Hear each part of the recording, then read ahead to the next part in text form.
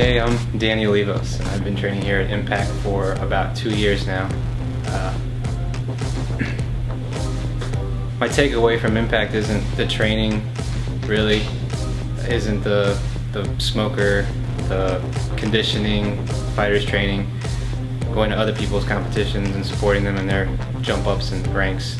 It was more about the connections and the friendships that I made, and the conversations that I've had with my instructors and teachers and coaches and friends.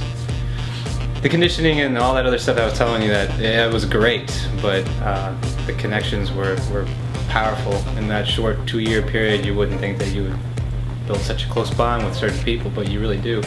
And Impact made it really easy to build those bonds, and Impact made a huge impact in my life. I came here not knowing what I was looking for, but just wanting to look for something. And I found it, and now I know what it is, and now I know what I need to grow in and look for in my next step in life. And Impact helped me realize that everything that happens to me in life is an opportunity to grow. And if I could share that with somebody else, that would be the one thing about Impact I would share, is that look at every opportunity as a growth opportunity, and always open yourself up to make new connections and new bonds. Okay, it'd have to be my smoker. I mean, that was extremely memorable.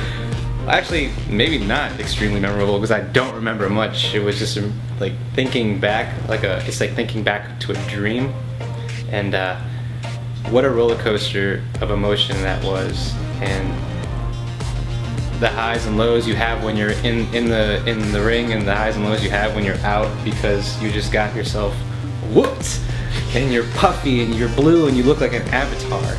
But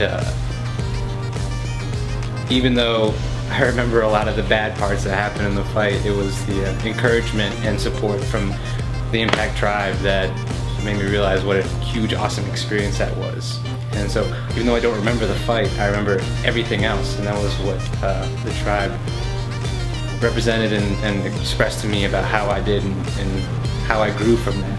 And that was definitely hands down the most memorable thing. When people talk to me about Impact, I'm like, oh yeah, I did a smoker, and I got beat up, and I don't remember much about it, but my tribe was there for me at all times. Yeah. You know, it's hard to actually think of what really sticks out, because so many things have stuck out. In 2 years, I feel like I was able to do a lot here. And I almost forgot about the Quest for 10,000. That was ridiculous. And actually really learning to understand what the kick was, and knowing what the instructors and coaches and teachers were saying when they said, oh, you do it 10,000 times and you'll kind of become familiar with it, like, oh, this is a kick. But the dedication it took for the entire year to make sure that we could work our way up to it, and being able to do it with Carrie was also inspiring, and kept me going and getting motivated to move forward with it. And it's definitely a technique that I think I want to use in other aspects of life, not just martial arts, where you focus on